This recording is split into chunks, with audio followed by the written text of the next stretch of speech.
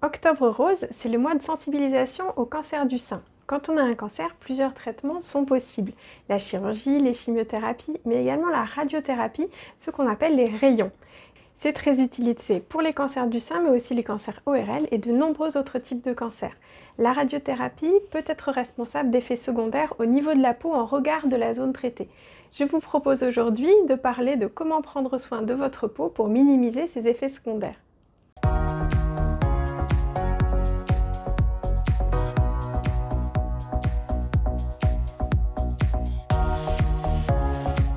Bonjour, c'est Dermatodré, je suis médecin dermatologue et je réalise des vidéos d'information médicale pour que tout le monde puisse comprendre comment la peau fonctionne et comment en prendre soin. Aujourd'hui, nous allons parler de la radiothérapie et en particulier son impact sur la peau. La radiothérapie, les rayons, comment ça marche?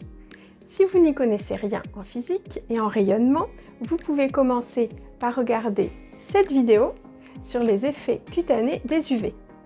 Cela vous aidera à comprendre la suite. Pour ceux qui sont déjà au point, c'est parti! Vous avez certainement tous déjà dans votre vie réalisé une radiographie pour un bras cassé ou une radio des poumons. Vous avez vu que vous étiez placé devant une machine qui émet des rayons X, qui traversent votre corps. Pour la radiothérapie externe, c'est un peu la même chose. Vous êtes allongé sous une machine qui produit le plus souvent des rayons gamma ou des électrons. On ne parlera pas aujourd'hui de la curithérapie, qui est une sorte de radiothérapie interne qui n'a pas d'effet sur la peau. Les rayons vont agir sur l'ADN des cellules en l'abîmant un petit peu. Or, les cellules saines ont de bonnes capacités de réparation de l'ADN, alors que les cellules cancéreuses, qui ont déjà beaucoup de mutations génétiques, ont souvent perdu ces capacités de réparation. Elles vont donc mourir, les unes après les autres, après chaque séance de radiothérapie. Comme quand on passe une radiographie, on ne sent rien pendant la séance, ce n'est pas douloureux, ça dure quelques minutes.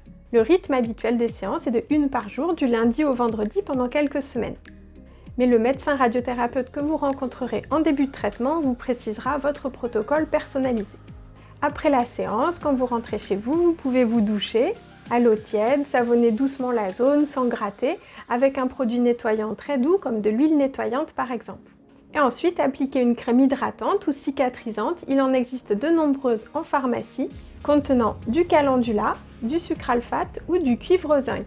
Vous pouvez demander conseil à votre pharmacien, votre radiothérapeute, votre médecin généraliste ou votre dermatologue.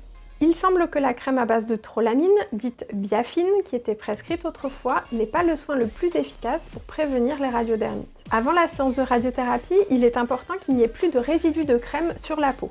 Touchez la zone, voyez si vous sentez que c'est gras, nettoyez doucement si besoin, soit en savonnant, soit avec des mouchoirs. La peau de la zone radiotraitée devient plus fragile, il est important de ne pas la frotter trop fort. Il vaut mieux éviter les produits alcoolisés type eau de Cologne, déodorant, qui pourraient être irritants, mais aussi les produits à base d'huile essentielle car les allergies sont fréquentes sur une peau qui est déjà sensibilisée.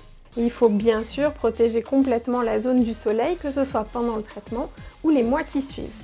Au fur et à mesure des séances, souvent avant la fin de la 2e semaine de traitement, vous pouvez voir que la zone traitée devient rouge, comme un coup de soleil, voire qu'elle prend un aspect bronzé. C'est ce qu'on appelle la radiodermite légère. Il est important de continuer à bien soigner votre peau à ce moment-là. Parfois, la radiodermite est plus importante et la peau peut peler, présenter des érosions comme des plaies, en général superficielles, surtout au niveau du pli sous le sein. Mettez de la crème cicatrisante, évitez les soutiens-gorge à baleine qui serrent et qui sont responsables de frottement.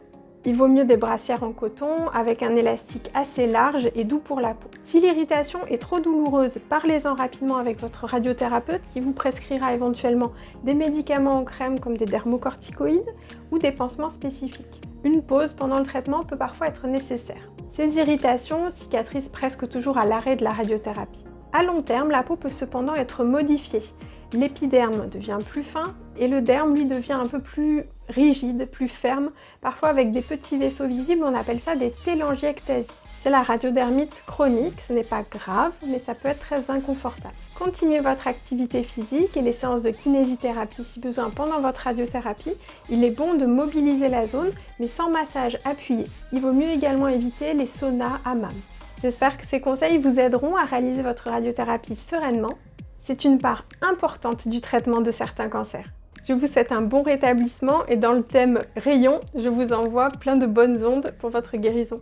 Prenez soin de vous, je vous retrouve sur Facebook et Instagram Dermatodré avant la prochaine vidéo YouTube, un dimanche sur deux. À bientôt!